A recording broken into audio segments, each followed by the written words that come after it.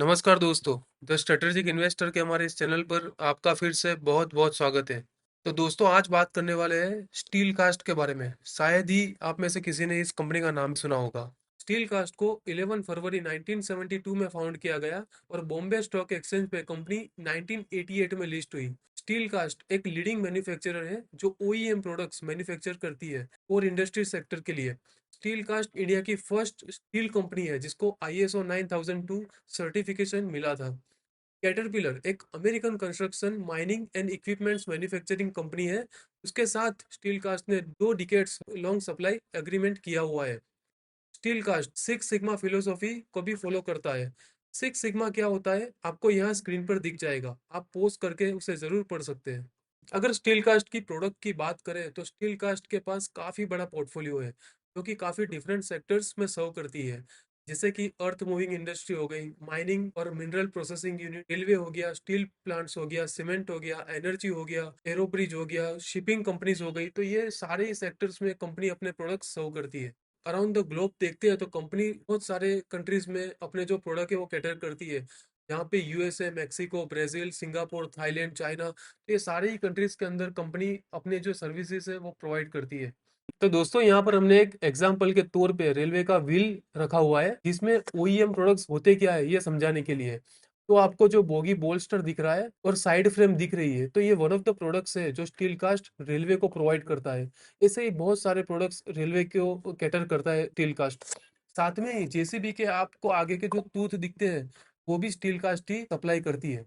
तो दोस्तों अब नजर डालते हैं स्टील कास्ट के कस्टमर्स पे है। कस्टमर्स का जब पोर्टफोलियो देखते हैं तो इंडियन और एमएनसी कंपनीज की टॉप कंपनीज हमें देखने को मिलती है, जैसे कि कैटरपिलर, जेसीबी, बीईएमएल, टेरेक्स, वेबटेक। ये सारी कंपनीज जो लीडिंग कंपनीज है वो स्टील कास्ट के कस्टमर के पोर्टफोलियो में है।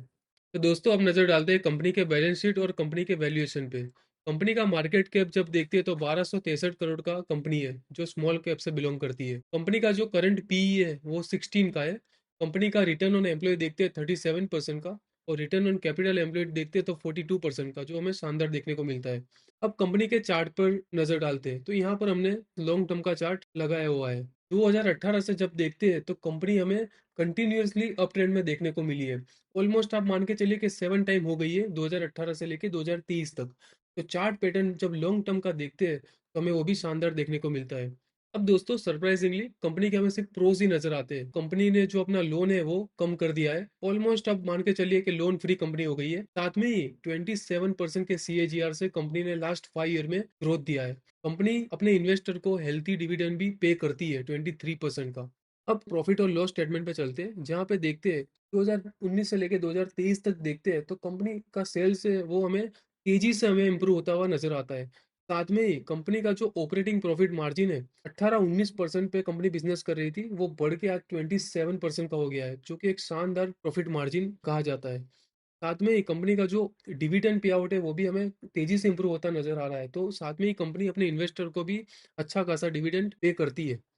अब जब कंपनी का बैलेंस शीट देखते हैं तो इक्विटी कैपिटल कंपनी का हमें तेजी से इंप्रूव होता हुआ नजर आता है। साथ में ही जो कंपनी के पास रिजर्व फंड है वो भी बहुत शानदार हमें इंप्रूव होता हुआ नजर आता है, लास्ट 3 से 4 क्वार्टर की बात करें तो हम। और लायबिलिटीज है वो भी कंपनी ने बहुत कम कर दी है। साथ में ही नजर डालने वाली बात यह है कि FIS का जो होल्डिंग है वो लास्ट 2 क्वार्टर में बहुत तेजी से बढ़ता हुआ दिखा दिया है। जहाँ पे जून 2023 की बात करें 0.27% और सितंबर वाला जो क्वार्टर है उसमें 0.38%। तो FIS की रडार पे भी ये स्टॉक हमें देखने को मिलता है।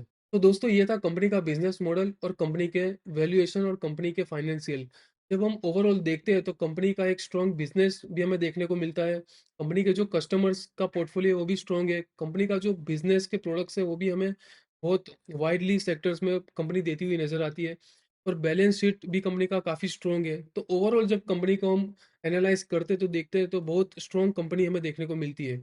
अगर आप इस कंपनी को बाई करना चाहते हैं तो करंट मार्केट प्राइस आप बाई कर सकते हैं, क्योंकि फेयर वैल्यूएशन पे अभी भी अवेलेबल है। और इसे लॉन्ग टर्म के लिए आप अपने पोर्टफोलियो में रख सकते हैं, तो हमें शानदार आपको इसमें रिटर्न देखने को मिल जाएगी आने वाले समय में। तो दोस्तों आज का वीडियो यहीं तक था। अगर आपने इस चैनल को सब्सक्राइब नहीं किया है तो ज़रूर सब्सक्राइब करिए, लाइक शेयर कमेंट करना बिल्कुल ना भूलिए। मिलते हैं फ्रेंड्स नेक्स्ट वीडियो में। Thank you very much.